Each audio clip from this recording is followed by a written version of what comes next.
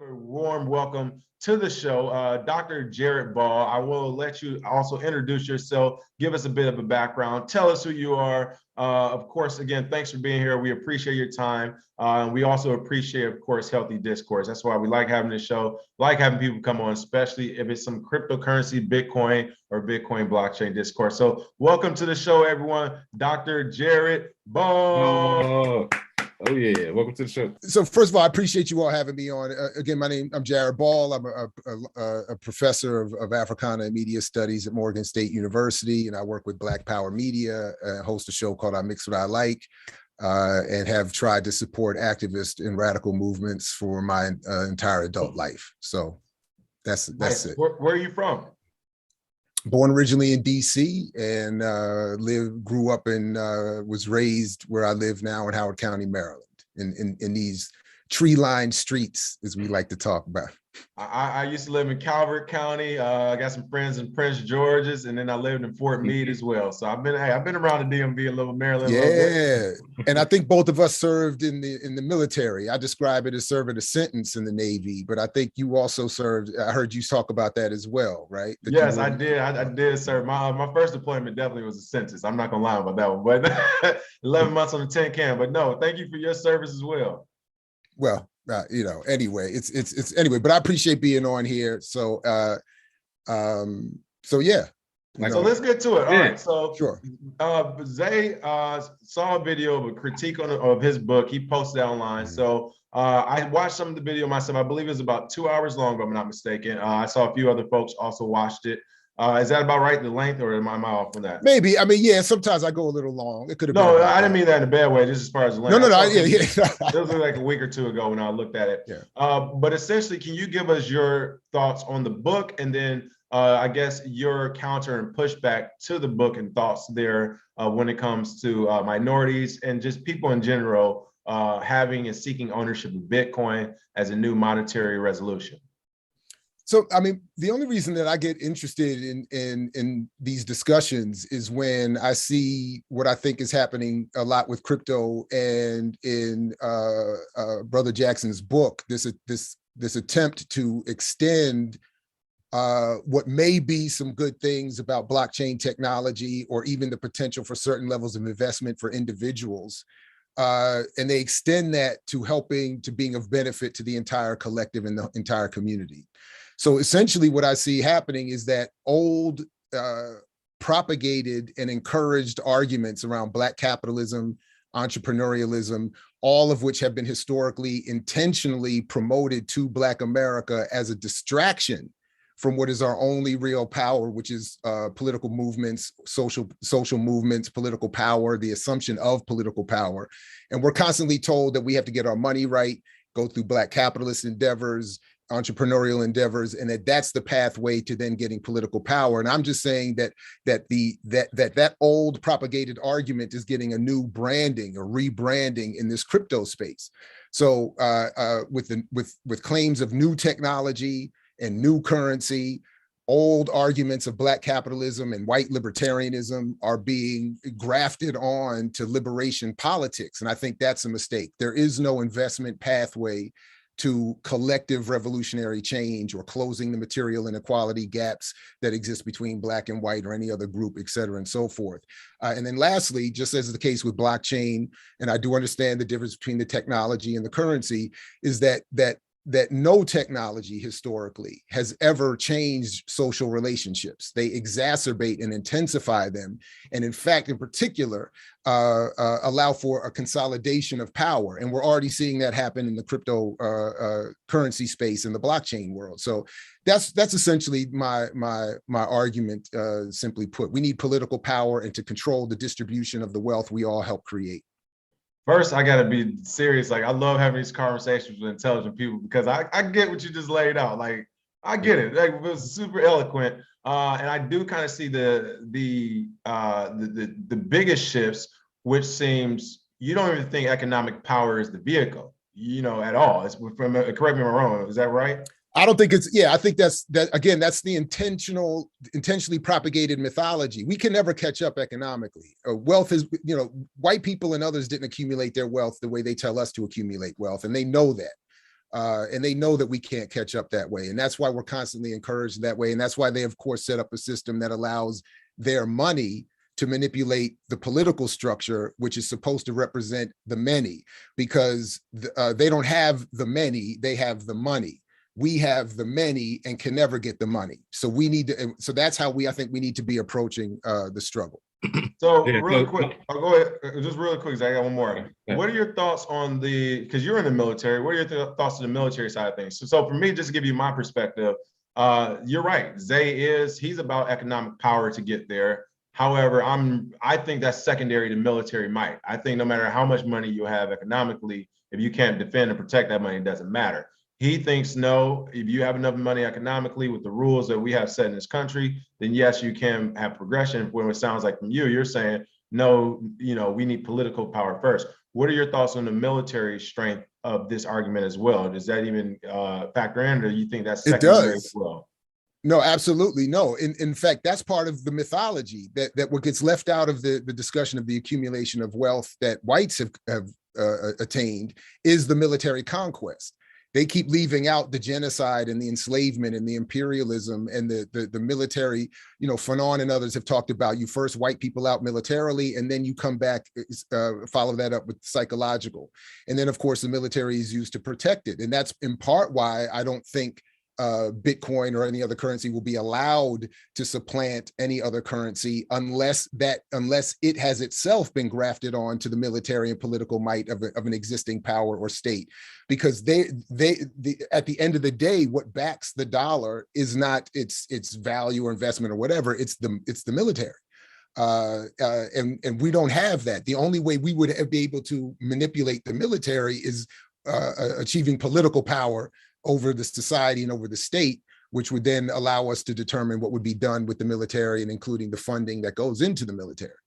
Well, I would say that, and this is where Bitcoin Zay captured me when we first started talking Bitcoin, and then even his book, specifically Bitcoin Black America. Because again, my thing, he'll tell you, my thing was like, when he was coming up with the book, I'm like make it for everybody. And he's like, no, like, trust me, this between the title and what we're aiming for and what this book is about. And when I read it, I fully understood it. So my pushback would be, when it comes to political power, I don't think, I get what you're saying, but I think that's if you're playing in a fair market with fair rules. And it sounds to even you yourself, you said that, hey, it hasn't been fair.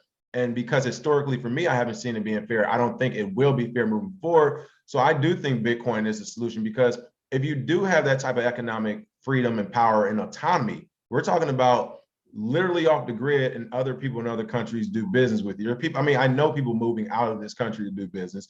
When you have that type of power, now you can actually buy a military. You can actually train people. You do have the resources to fight a war.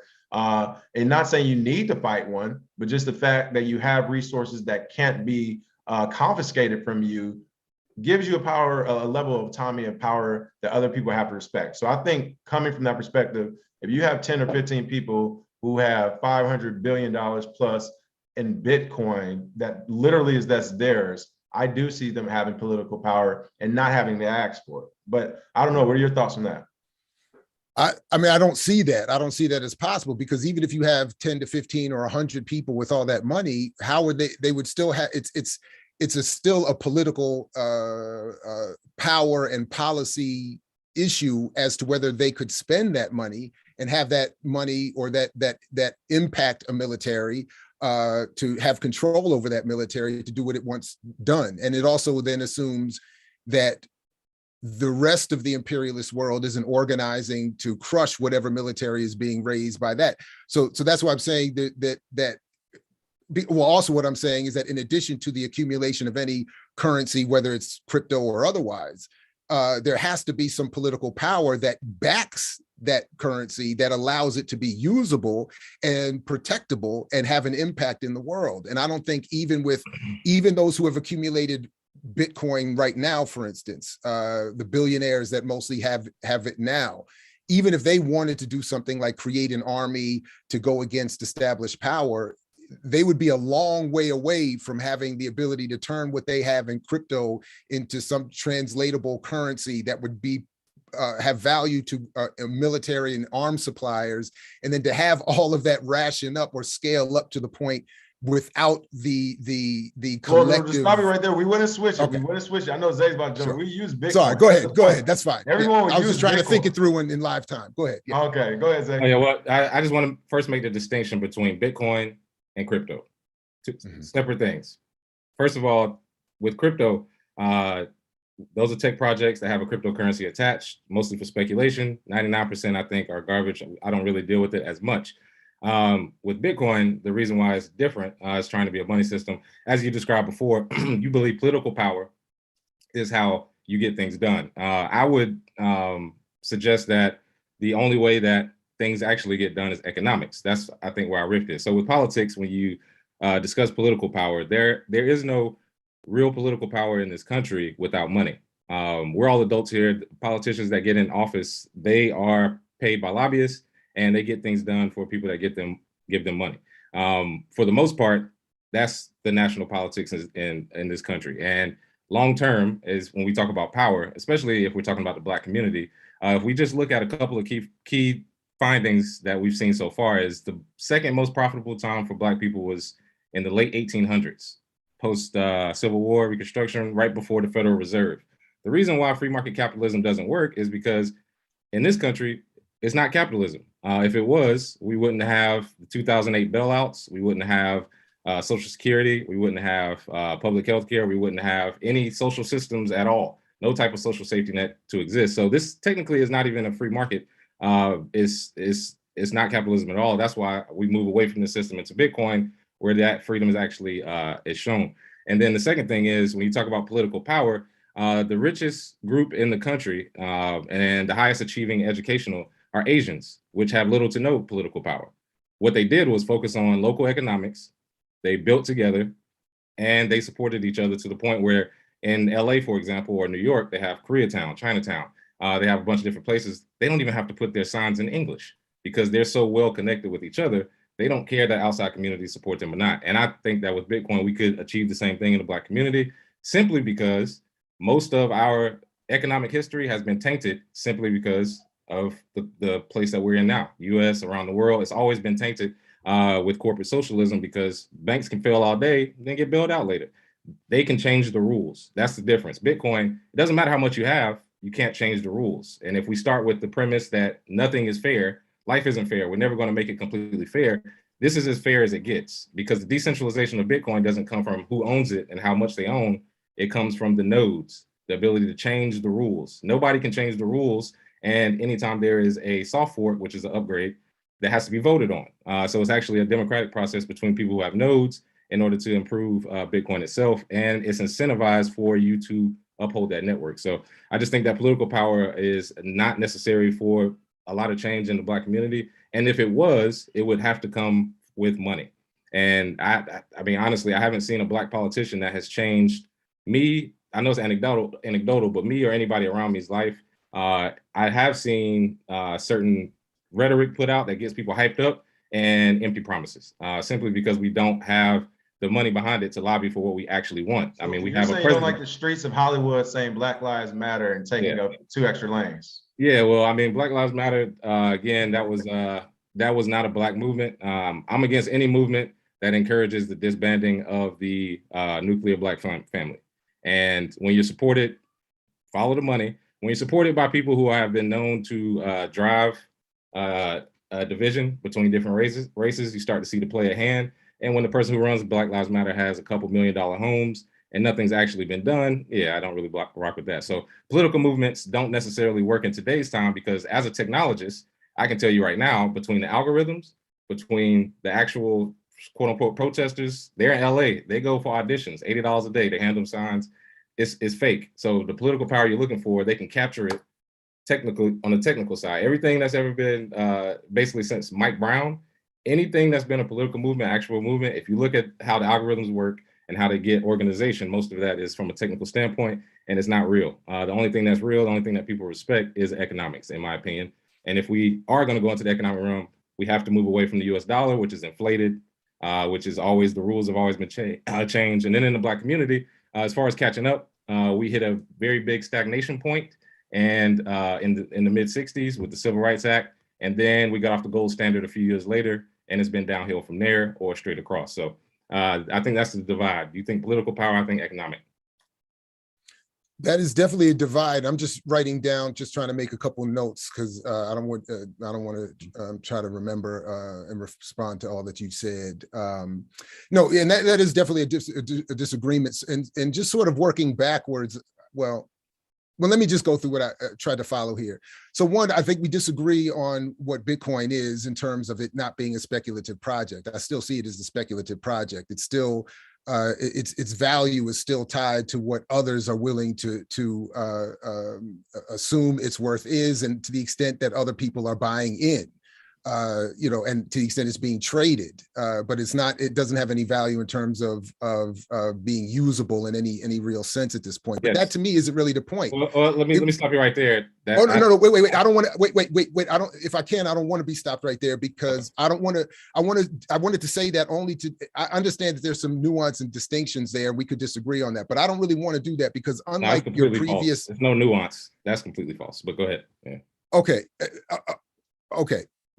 But my point would be, unlike the other folks that you've debated on this subject, my point would be, even if Bitcoin were not speculative, even if Bitcoin were to become successfully adopted as currency, it doesn't satisfy any of the problems between inequality, political power, sovereignty, redistribution of wealth, how wealth is defined, how wealth is who gets credit for the wealth that we all create. It doesn't change any of the relationships that we have. And in fact, increases the power hold that the handful of mostly white billionaires who have a lion's share of Bitcoin already would have over the rest of us. Because if the currency gets adopted, it becomes, of course, more valuable, and those who already have it become that much more powerful, further centralizing and consolidating power and accumulation of wealth. So it doesn't satisfy what for me is the ultimate problem of political power and redistribution. To your point about profitable times for Black people in this country, relative, of course, to the worst of human conditions of enslavement, are still themselves connected to the political power of those surrounding them. So whether it's the time you're talking about in Reconstruction post-Civil War, or whether we're talking about Black Wall Street or these other examples, it was not an economic assault on those communities. It wasn't even a white vigilante assault that ultimately destroyed those communities and those efforts. It was the political power that allowed for instance, redlining, redistricting of highways, of apportioning loans and grants and tax credits, et cetera. That's what destroys, and those are all political decisions. That's what it even to the extent that certain businesses are backed in terms of trades and tariffs by federal policy to support and basically, what's the word? Subsidize those businesses. That's all federal public policy. Similarly, as again, so Bitcoin, even if it's adopted, doesn't change the problems of the free market that I think you accurately describe as not really free. It just allows for another form of exchange to dominate the landscape.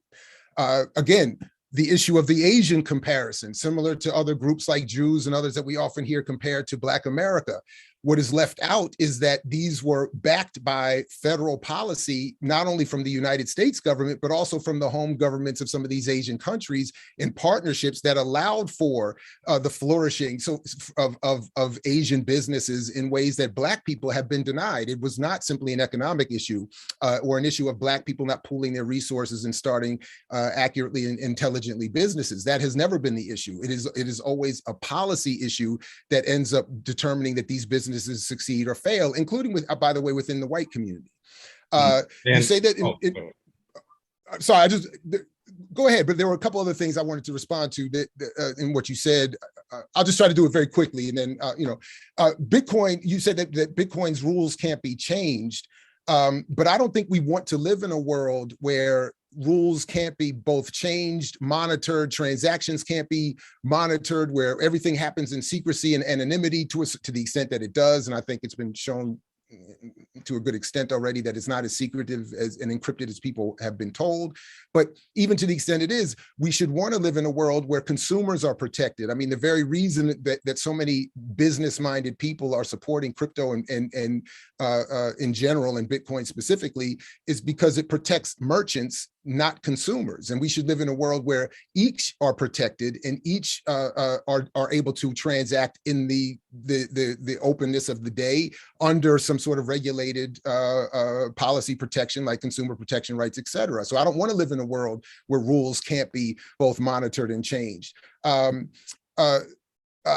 When you talk about following the money, and we would just also disagree in terms of, I don't agree. I agree that BLM is not a radical revolutionary situation, but I don't agree on the part about the nuclear family or the Black family, that it's destroying the Black family. And in fact, if you say follow the money, yes, I get it. We could argue that money is being pumped into LGBTQ issues, but there's billions also being pumped into promoting crypto, as you were even alluding to with the Matt Damon stuff. So if it's talking about follow the money is the money trail in crypto goes to an ever descending smaller group of mostly white billionaires and miners who have a heavy centralized control over this whole situation. So anyway, I'll stop there. I think I've gone on long enough. I'll stop there. But those are just some of the things I wanted to respond to. Oh yeah. So I mean, I would probably have to look back to see everything for the beginning. With Bitcoin, you said that was kind of inaccurate. But the main thing is, you said you don't want to live in a world where rules could be changed. Actually, you don't want to live in a world where the rules of money can be changed. That's what I was saying, not the rules of politics or the country, because Bitcoin is a global monetary system. It's not just the US. So the political power you're seeking in the US could not necessarily happen in El Salvador or Argentina, both places that could adopt Bitcoin as a legal currency. So when you say that, the characteristics of good money, one of the 6 characteristics of money is limited supply. Limited supply is only possible in Bitcoin. It is the only provably scarce asset in the world. Every other cryptocurrency, they can add more if they want to the supply. Gold, we find new gold all the time. Same thing with silver. And of course, most of the commodities that are traded, they are basically kept and hoarded by these large corporations to give a fake scarcity, to make it seem scarce. Diamonds are worthless, basically, but they increase the price because of the scarcity that it seems from the De Beers corporations and others. What I mean with not changing the rules is that in policy, as you say, with politics, we don't need politicians to mess with the money at all now. Their rules are mute because of a money system that works. And because it's open source, anybody can check it, because again, it is actually provably scarce. Those two things are part of the main 6 characteristics of money.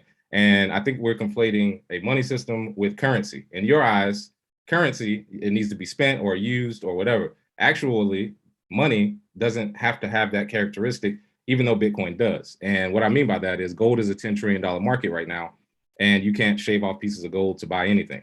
But it's considered money because it has the characteristics of money. Limited supply is arguable, but it does have the other aspects. Bitcoin achieves all those aspects and better. What I would like to see, especially in the Black community and abroad with all communities, is that one thing we keep forgetting about the Black community, all of the movements we've had, we didn't have international allies that could help us without coming to the US. They couldn't send us money, they would block off the bank accounts. They could send their well wishes, but it doesn't matter. Bitcoin gives us the ability to have allies around the world. We don't even have to like them, but we have allies around the world all working towards the same system that increases our wealth. And let me say something here. If everybody got into Bitcoin when I did in 2013, I was gonna actually say, if every Black person, let's just say theoretically, if every Black person bought Bitcoin in 2013 when I did, and they gained 18,000% on their savings, which I have over the last 9 years, are you telling me that the Black community would not have more economic power to first get political power that you're talking about, but second, to move themselves away from this system? Because actually the best form of protest is with your money. And when every dollar you take out of the system, every dollar you take and put into Bitcoin, you are taking that out of the current tax system, which supports war, like we discussed before, and you're supporting your own oppression. Every time you use the dollar, every time you pay your taxes, every time you keep that circulation of fiat currency going, you're funding your own oppression. When are Black people going to understand? Just like I always say with other aspects of our community, I would agree, religion. You're funding your own oppression. You're giving money to a single person that determines how to dissipate it later. So if we could basically get to a point where we can have peaceful protests, the most peaceful protests, you can sit on the couch, move your money into Bitcoin, move it out of banks, stop giving them power. The only reason they can lobby for these types of things from political people is because they have money and they can lobby. But when you start moving it out of their banks, That's why they have all these capital controls now. You can't send more than 600. You can't send a wire that's quick. All of these capital controls are for a reason, because they know if there was a run on the banks today, they would not have the capital to fund it. And if Black people start to move our money out of the bank, I'm not talking as a group, because I know you're big on the myth of Black buying power. I'm talking about you individually, whoever's watching it. If you have any money that is in a savings account in a bank and you move it into Bitcoin, you've already done a peaceful protest at that point by telling them, I'm not putting it back into the system. And the more we do that, the more leverage you could actually have as a community, because the only leverage you can have against a bully is you're either going to fight them or you're going to economically make them unable to operate. So unless we're going to war, which we all know we don't have the numbers to do that or the gumption to really go to war and fight these people, how else will you do it? It'll be economic. And the political power you seek, I don't understand how you want political power without money being a part of it. There is no political power. It never has been. I don't know a time in life, in any civilization, where money has not been a part of who was brought to power. And I don't see that happening in the US. So I just think that we have a few things at our advantage. For one, if you have Bitcoin, peaceful protest, you move it out of the current system. For two, you have self-sovereignty. You said sovereignty was not a part of that. Actually, it is. Being your own bank is as sovereign as it gets. And of course, there are things you need to learn. That's why we do education, in order for you not to lose it or to not be able to use it correctly and have security. So that is possible. And then on top of that, like I said before, it disintermediates the banks at a certain point. Commercial banks, at least. Federal Reserve is the ultimate goal. So I just don't see how the solution you're looking for happens without economics. And then I don't see how the economic solution happens without Bitcoin. So let me clarify, because this part I think is probably from my own doing not made clear enough. When I say political power, I don't mean mainstream Democratic Party, Republican Party politician. I mean organization, mechanism. like a Black. I'm talking about socialist party. On a socialist party. Not necessarily on. And even though I saw you titled it this way, I don't know if anyway, it doesn't matter. I'm not arguing for the Socialist Party either. What I am saying necessarily. What I am saying is also intentionally vague, because how we achieve political power, I don't know necessarily should be discussed publicly. It should take place within organized political spaces where people are clear on the ideology and the perspectives at play, et cetera, and so forth. But when I say achieve political power, I'm talking about again, the power to determine what wealth is and how it's distributed, how it's created, the ability to determine what would be allowable as currency or a tradable device. That's what I'm talking about. I think what you're missing is we don't need it anymore for Bitcoin. You don't need anybody to make policy about it, because it's already created. It's open source. So if nobody can change it, why do we need a political power, like you said? Because the political power. Mm-hmm. Mm-hmm. Because again, the political power is what is ultimately the goal. And this is why those in power have been particularly targeting Black people, historically encouraging Black entrepreneurialism, so that we don't organize for political power and make all this moot. And my point would be, what would make it moot is that even in the world of Bitcoin, wealth is still accumulated. Wealth is still would still be involved. If I'm hearing you correctly, the wealth that would be achieved through Bitcoin or any other cryptocurrency would still be used in manipulating the political apparatus. It would still be deployed in determining the rules of society. Again, what trade is allowable, who gets to do what, that still has to be determined. And the existence of a new technology and the existence of a currency, even if Bitcoin rises to that level, doesn't satisfy that concern. And what we're seeing now, so to your point, you are, I think, historically inaccurate when you say that there's never been a time where movements have occurred without money. That's the exact opposite. The biggest changes in this society have occurred from the people with the least amount of material wealth or income, et cetera. Like so Civil Rights Act? Well, I was going to start earlier. Enslavement, the ending of enslavement, what brought about the Civil War, what brought about one of the biggest, at least symbolic changes or reorganizations in this society, were enslaved Africans with no material wealth whatsoever, with no legal rights whatsoever, organizing themselves and achieving political power through rebellion, through work stoppages. I told you it's two ways. You get to kill them. Okay. bankrupt. No, but it wasn't just that. But that wasn't just that. They impacted the political apparatus. That was where people more prominently, like Frederick Douglass, came into play and were impacting through legislation and the impacting of the laws, or at least arguing for those changes to occur, to make them occur, and to make the symbolic shifts with the 13th Amendment, with the Emancipation Proclamation, with all the other amendments. They were symbolically pressured by people who had nothing but their organized power. Same thing with civil rights. While there was an influx at times of money, the real power that came from it was from mostly poor working people struggling and organizing and taking risks that impacted the political and ultimately the economic system, which is why Dr. King at the end of his life was so hated by even his fellow colleagues, because they were telling him, you're messing up our money by organizing people beyond the strictures of a Democratic Party, the structures of a Democratic Party, the stricture of a Democratic Party. Similar with the labor movement in this country. The only reason we have child labor laws, and the only reason that we have what little benefits we do in terms of workplace safety, and the fact that we have a weekend, is because people without any money at all, without any rights at all, organized and challenged this society using the only thing they had, which is their numbers and their organized strength. This is what has been intentionally assaulted in our political consciousness to encourage us to go in this direction of strictly focusing, quote unquote, on our financial literacy or our money. Well, let me just say, all three of those movements you just named, they had donors that were rich, that were able to. But none of that is what drove the movement. None of those movements. Wait a minute. That's a misrepresentation. None of those. For people to organize, it doesn't take money. What I'm saying is, for it to work, you needed the money aspect, because again, the civil rights movement, did it actually help the Black community as far as economic? Did anything help us? Not really. No, not really. So that's what I'm saying. You can organize. Well, it was incomplete though. But it was incomplete. But that's the thing. You can't ignore the counterintelligence program and the assassination of these leaders and the imprisonment of political prisoners. And that's what I'm trying to explain to you today. But Bitcoin doesn't satisfy that. No. What I'm telling you is that counterintelligence that infiltrated a lot of these movements and took them over and were able to basically get the movement to not work.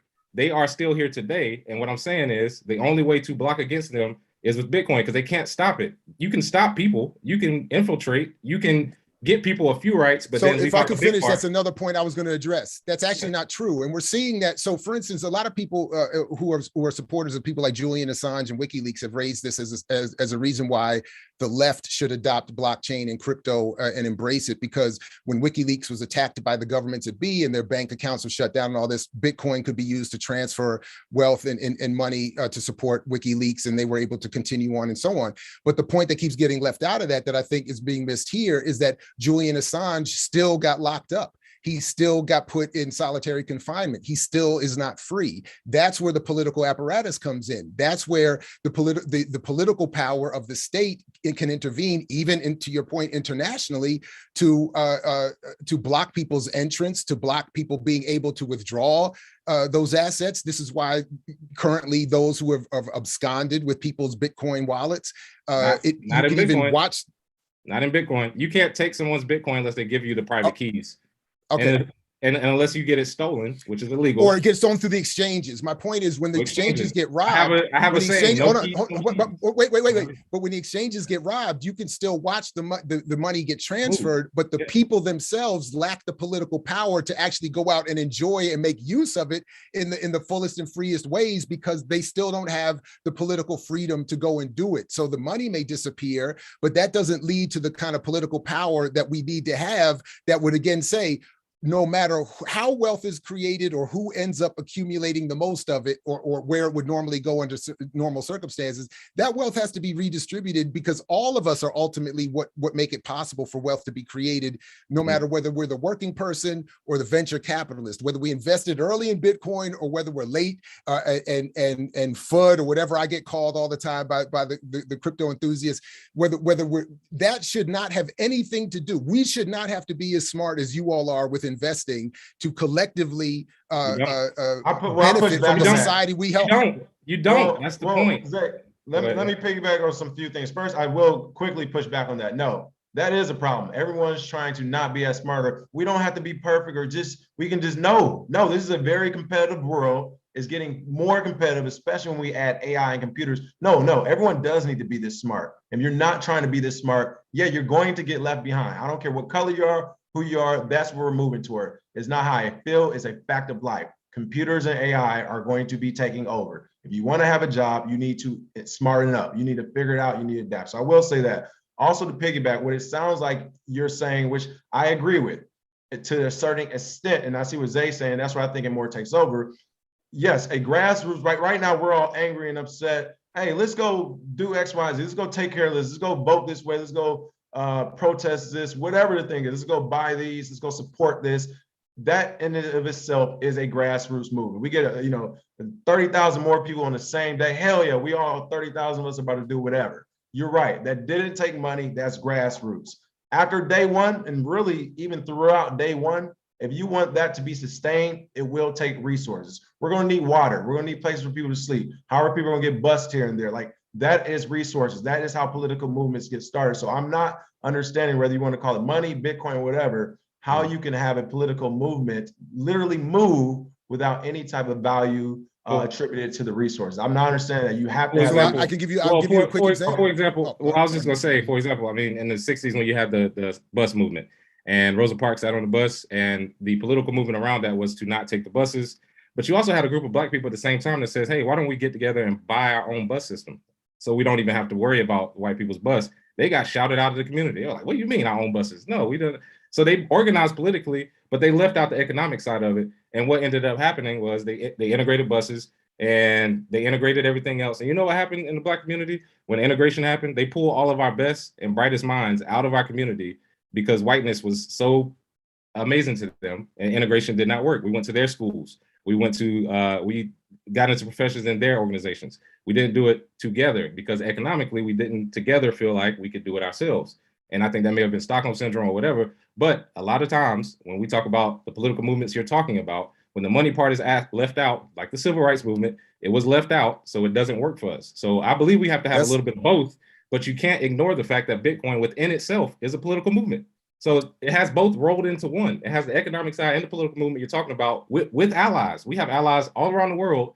If everybody starts to accumulate Bitcoin, small countries, big, it doesn't matter. If you already own the real estate, so to say, for example, you said white people, they got FHA loans in the 20s through 40s. Yes, that was a government program incentivized keeping Black people out of neighborhoods. They own that property. They're sitting on it. The property value continually increased year over year over year. And what I'm saying is that Bitcoin, if you already own the asset as Black people, and then more people around the world, only 2% of the world has Bitcoin. The other 98% come into the space. You are enriching yourself and big companies as well. You're enriching yourself as a community to get that political power while still moving it out of the current system. So we get to kill two birds with one stone with Bitcoin.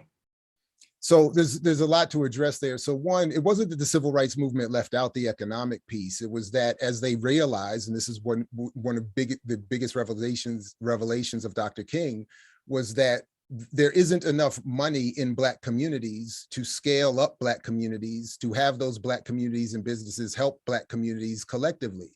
That the only thing that can help any community, and this is what whites have understood, and this is why they continue to promote these mythologies, is that you have to have control over the federal apparatus and the redistribution of the wealth that society creates. That's the only way it's done. And that's what the civil rights movement began to understand. And this is why Dr. King radicalized and internationalized and challenged the economic system more and more to the end of his life. This is why the offshoots post his time did the same thing, and radicals more radical than him before his time did the same thing. And this is why the marketing and advertising community led right around the 1970s with Richard Nixon leading the way, specifically said we need to rebrand Black power away from socialism and Pan-Africanism and anti-imperialist politics, and rebrand it as Black capitalism, Black entrepreneurialism, and so on and so on. So the allies that you described that they exist in the crypto world are, I'm sure, allies at the level of business, venture capital, entrepreneurialism, investment. It's not an and to the extent that you're talking about, it's a political movement. It's political in the sense that it's politically moving Black people into a conservative, libertarian, Black capitalist politics. And I'm arguing that we need a different kind of politics that Bitcoin and investment doesn't address. So the other point about if Black people had invested back in the day, and I've read, you have that quote from Max Kaiser in there, which is really absurd on its face, that if Black people had invested in 2011, they would own white people today. The biggest, of course, obvious point is that Black people do not have any money, do not have the ability to invest at levels that would give returns that would create wealth that closes the gaps and the divide that exist. We're seeing it right now. White billionaires have the lion's share of existing Bitcoin and crypto. The billionaires, we don't know that for a fact, to be honest. Hold on. Well, when we see the list of billionaires who have invested in crypto, they're all white and Asian. We do know that hold on, let me finish. We do know that the major exchanges, Binance and Coinbase, are owned by Asians and whites. They are collecting all of the billions of dollars in transactions and enriching themselves. And so when you are telling people to invest, you're telling poor people in small retail amounts to invest in money that they can't afford to park and wait to increase in value, and also will not be able to take out soon enough to in an increased value to make it worth their time, even if they did have the money to invest and risk as a speculative investment, as it still is at this point. So there could have never been a catching up moment had Black people done in some mystical time past, organized and collectively invested and have it benefit them today. And then even if it did, my point would be, it would be a political policy that would simply devalue whatever Black people were buying, wherever Black people were moving, wherever Black people were going. It would just lose value, whether that value was in Bitcoin or the dollar. And Black people would be blocked by public policy from investing in all the dominant industries, as is the case today, which is what prevents those businesses from existing and then flourishing. And then the pay rate of Black people in jobs would still, through public policy and racism, be held beneath the standard for whites. So again, none of the issues of the relationships Black people have to society, relationships Black people have to the economy, or anyone else for that matter, or and the issue of public political power or redistribution, none of that is solved by crypto or Bitcoin. All right, so well, the last thing you said, pay rate. You do know in the blockchain industry, you get paid 30 to 40% on average for the same job. So what I was introducing to the Black community is, if you work in this industry. Well, I would have to say there's no evidence for that. You said there's no evidence for where it's accumulated. There's no evidence for that. Yes, it is, because if you look at an accountant with the same exact qualifications in an accountant in the crypto space, because the jobs are scarce, they're desperately trying to find people to work in the blockchain space. They're paying a premium. Black accountants are paid at the same rate. That study has been done. The Black accountants, it doesn't matter, Black, white, it doesn't matter. We're talking about accountants, period. Look at our team. We're paying a lot of Black people right now. Yeah, that's what I'm saying. Well, this is what I was saying about the pay rate. He said the pay rate wouldn't change. Again, facts. In the blockchain industry, most jobs, you are paid 30 to 40% more for the same job because they are scarce. They can't find crypto accountants. They can't find good designers in this industry. They're still searching for great project managers and business people, because on the tech side, we're great. But as far as the business side, they're missing a lot. So for Black people, what I was showing was that if you join this industry, no matter what you're doing, your pay rate will be higher just for joining this industry. So that's on the pay rate side. And you can actually look up Bitcoiner jobs list. You can look at Pomp's job list. You can look up, and we're using this job list for the school that I'm opening in Florida. So I promise you these are facts. Second thing is, when you said that Black people didn't have money to invest in it, my man, you live in one of the richest Black areas in the world. Yes, we absolutely did. When Max Kaiser was talking about buying it, it was $1. You telling me that people don't have, if somebody bought $10 worth of Bitcoin at $1, 10 Bitcoins today is 300K. You mean to tell me that in a decade, $300,000 worth of value would not have changed anything in the Black community? That is false, sir. Even if they did it, when I got in 2013 at $200, that would have changed, because what happened is, let's do a microcosm of that. Me personally doing that, we now employ dozens of people. I have made hundreds of people millionaires, and I have thousands of people that I've taught in this industry that have gotten jobs as well as started startups. That's one person. That's just me. You've created hundreds of millionaires. Hundreds of millionaires. Yes. We got millionaires. Hold on. And they're millionaires. Wait a minute. They're millionaires based on what? The ability to do USD what? Value. In USD value, right. They are millionaires. Yes, but the thing is, they're not selling their Bitcoin because they understand as an asset, you can actually use Bitcoin as an asset in order to get cash loans and never sell your Bitcoin. So what we have here is we have a difference of opinion because I've done the work, I've seen it happen, and you're telling me it can't happen. I'm living. Well, I mean, I'm just saying, if there were 1,000 me's, but this is what always happens with investment. This is always what happens with investment. Those who do well, say it can be replicated by everybody, but that is by definition impossible. But no, wait, really quick, forget investment. All right, Dr. Ball, forget the dollar. Get the dollar. Zay and Dr. Ball, I think that's where, and again, this always gets lost in this space. There's two really types of people in this space. So people who are coming over for profit, for fiat currency, for money, and people actually coming for the technology and Bitcoin. And I say that because as of late, I've been comparing Bitcoin to a calculator. I'm like, just start thinking of it as a calculator. Do you want to write down arithmetic on paper, or do you just want to grab a calculator and do the math? It works. Bitcoin as a money, as a program, as a protocol, is code. It actually just works. So when you're looking at it as for profit, as a person saying, well, I'm just going to wait for it to go up, or you guys are early investors and I'm going to take out here. No, we're saying no, buy Bitcoin. If the future is based, which we think it will be based on Bitcoin because it works and other people use it and transact with it, then you never need to sell it. And now once it flips to, okay, well, how much Bitcoin do you have? Even if you have $3 worth of USD value, that $3 of Bitcoin is irreplaceable. It will never pop up again. So it's worth a lot more, especially if you're staying on that system. Now, if you are coming over to the fiat side, you are looking for the investment side vehicle of it, then even still, it is still better an investment than where else would you park your money? If a person only had $5 or $10 extra, if that, a month, and you're talking to somebody, I grew up in Detroit. I used to walk to the grocery store with my mom, and picking up bottles in a trash bag on the way to put 5-cent bottles in and have enough money. For you talking to a person who came from an environment where we don't have an extra $3 to $5, we literally don't. But literally, that's all it takes to get into this system at the price points we're talking about, and especially if it maintains a Bitcoin-backed system. So I get what you're saying, but I think we're just looking at it from if we're going back to the dollars, and we're saying we're not even trying to go back to fiat currency. We're trying to stay. My last point was about the exchanges. You said mostly white and Asians, mostly dominated. Cool, yes. But is it possible for Black people? Yes. The biggest exchange in the crypto history was owned by a Black man, Arthur Hayes. The creator of decentralized finance is Reggie Middleton. You just talked to him on a debate a while ago. He created DeFi. The only wallet left on the Apple Store when they did a whole sweep was a black man, Lamar Wilson, FIFA. The only woman in Black America. People invented jazz and hip hop and this traffic light. But this is the difference.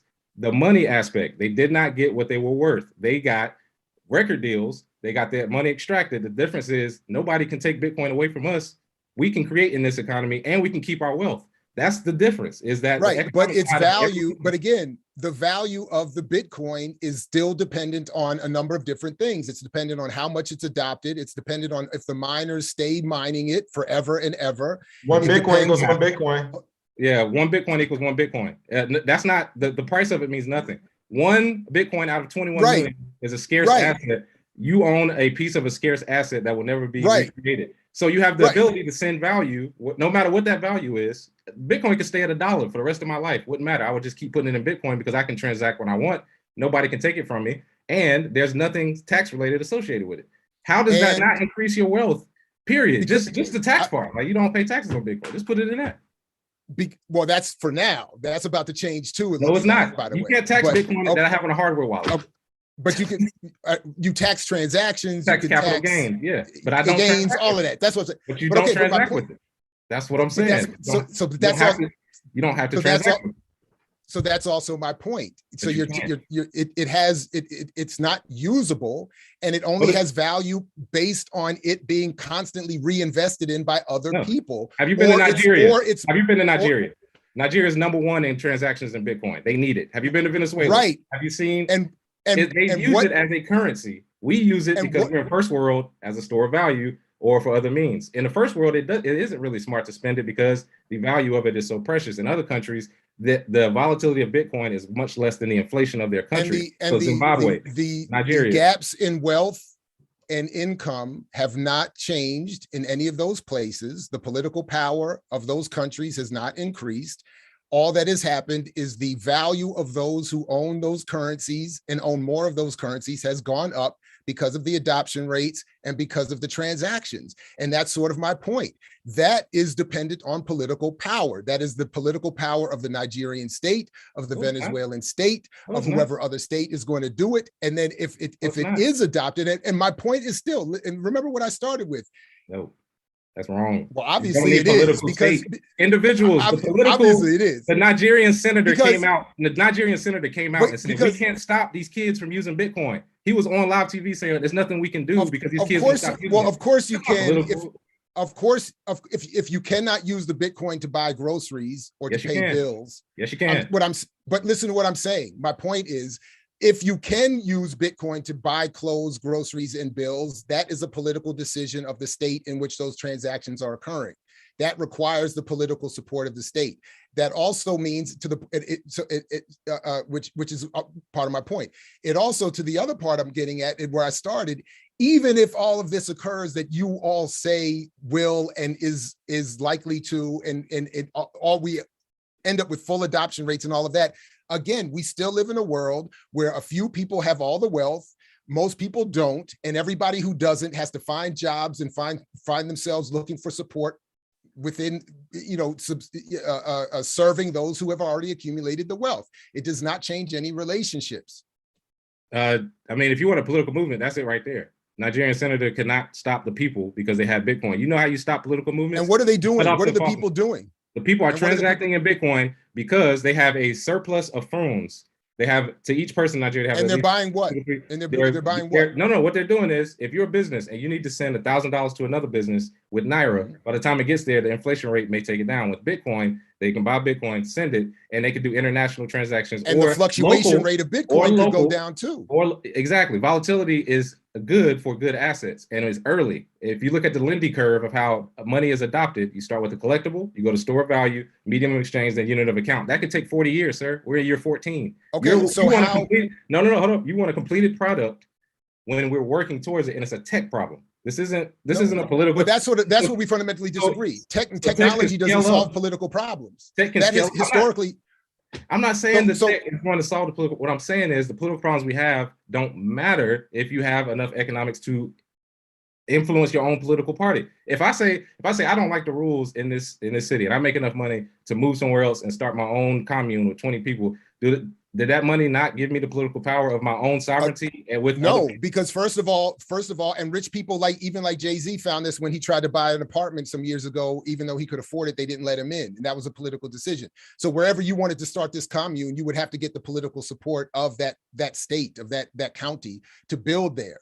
Or I could just buy it. Again, that's not true.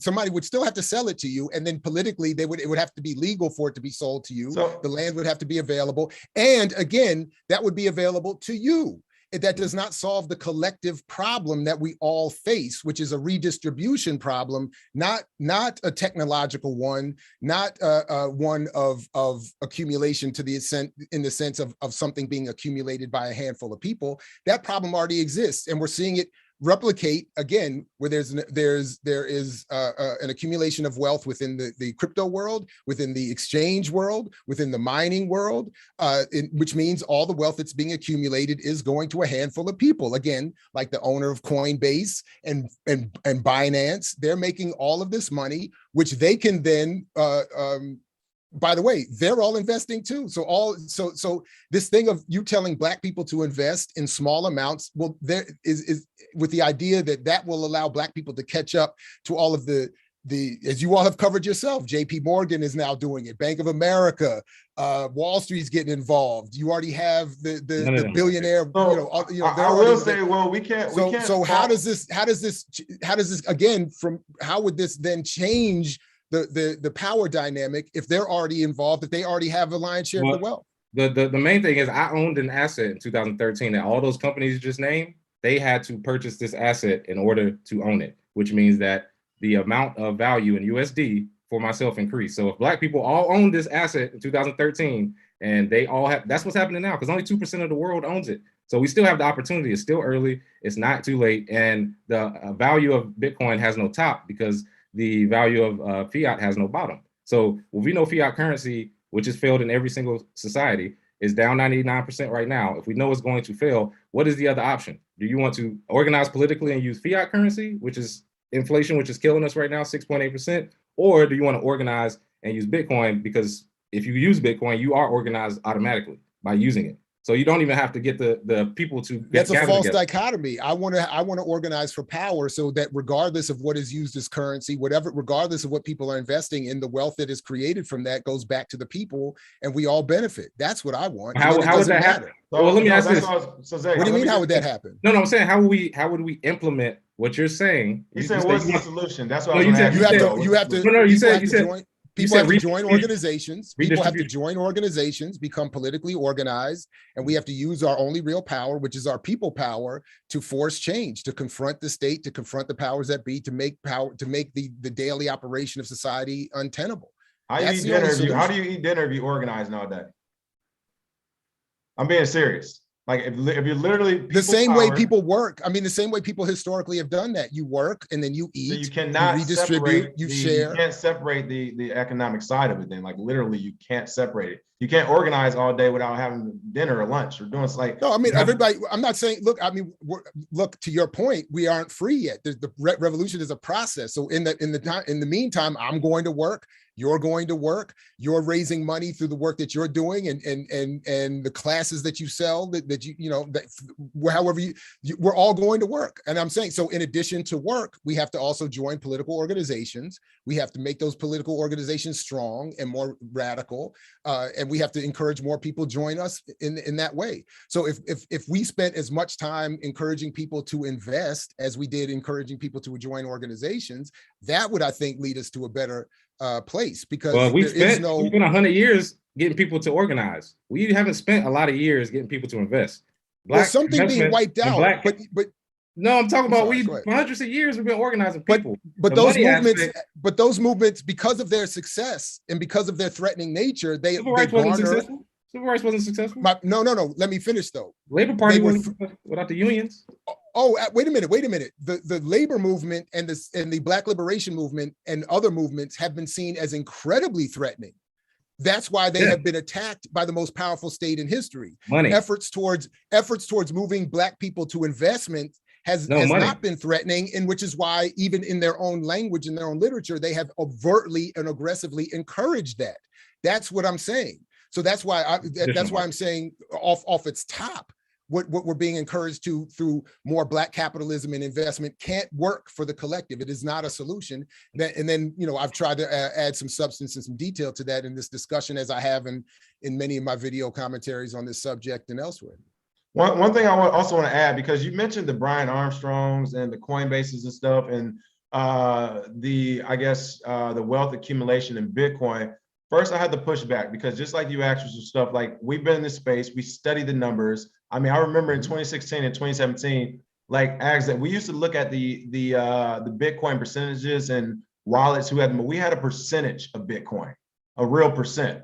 So this isn't like maybe this could happen, this could happen. I remember when Bitcoin was $300 some dollars, $400, we had a percent of Bitcoin. We had a percent actually into the bear market. That's when we started losing our chunks, as most people did. But we had a real percent. So I don't. First, I want to say I don't want to penalize. Hold up, we drinking? Hold up, we drinking. Oh, we've been. Hey, listen. We trying not to be cool, crazy. We started early.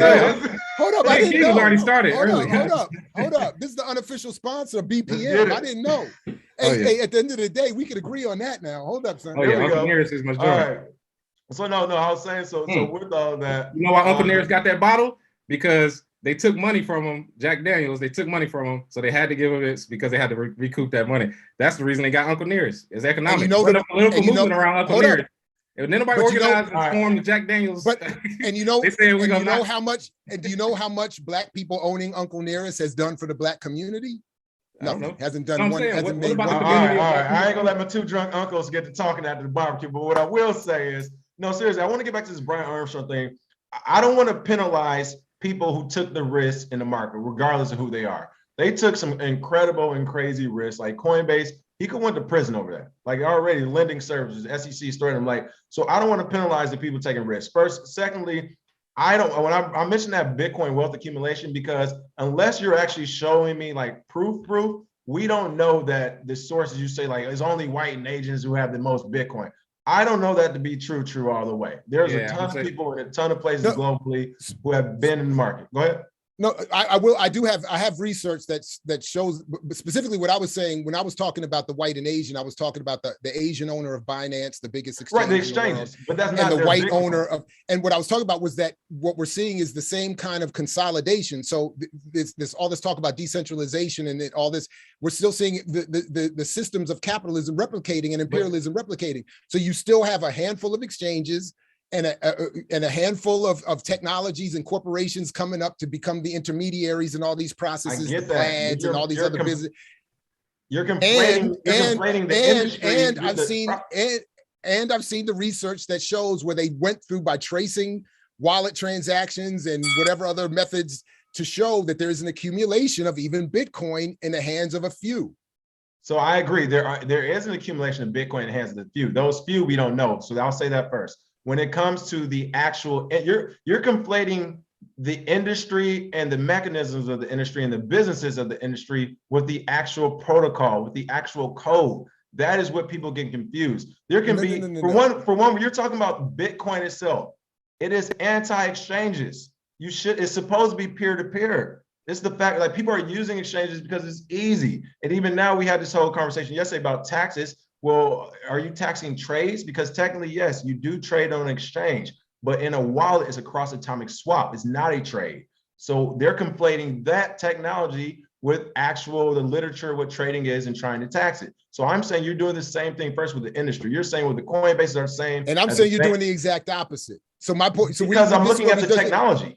Right, and that's my point. And because you all understand the technology and work with the technology and appreciate the technology, I think you're confusing that for politics. So you see the beauty in the tech, you see the beauty in the code, and think that you think it's happening in a vacuum. But there's a political world that's occurring. So that's why, to your point, even though the code is supposed to be peer-to-peer, the political world kicks in, and all of a sudden we see a consolidation, intermediaries, wealth accumulating in the same places. Peer-to-peer. The code's not peer-to-peer. The way it's intended to be used in the white paper. They said, hey, this is for peer-to-peer. So you can't, but my point is, no, this is the power of it. So this is why I always tell people, in the United States, outside of like literally doing something extreme, like breaking the law in an extreme manner, it's not much you can do with me. All right, like, so outside the United States, that goes even further. If you have your own Bitcoin, you have your own value that other people accept this as value. It can't be confiscated unless you give it away. Now, granted, if you're in a country like the States or something, it's like, oh, we'll just have the police hang you upside down. Of course, physical confiscation can happen almost anywhere. But as far as you willingly giving over, it can't be done. So once that price point gets high enough, it doesn't need to be super high. We're talking on our channel all the time. People are saying, you guys just like, we should start lobbying thing or a PAC or something. Like, these things are possible to start and happen, and we have full control of it. The only way for those controls to be broken is if on a Wednesday night, Congress creates a new law, which the majority consensus, whatever, agrees with, and then they use their enforcement arm, which is the police or military, say you will abide by that law. Outside of that physical enforcement, there's literally nothing you can do. So that goes back to my earlier point. That's a lot, though. That's a big if. I mean, that's my point. That's a huge. Well, but you can say that with anything. Then you can literally grassroots political movement. Cool. Right. Hey, tear gas them. What was the thing? What is your actual steps? Tell me your actual steps for this to succeed, because I laid mine out in the book. What's your steps for a political movement? And as I went through, change everything. And what is it political around? So first of all, to your point, to your point, what you laid out in your book, again, what you laid out in your book is a rebranding of an old argument that has been proven to have not worked. So when you talk about, we've already tried the political organizing, we've been trying Black businesses, we've been trying Black economics and entrepreneurialism for as long a period, if not longer, and it has been encouraged and supported and not attacked as activism has, and still has not done anything to advance us. Yes, so that would be one thing. So that would be one thing. So you can't just say that. No, it didn't. Yes, it did. I'm not walking off. I'm not going anywhere. I'm trying to finish my point. I'm just trying to finish my point. I know, but go ahead, interrupt. Go ahead. No, I'm saying, go ahead. But what I'm saying is, when you say that, the main aspect of you saying it didn't work, it didn't happen. Me, you, and King are sitting right here in 3 different places.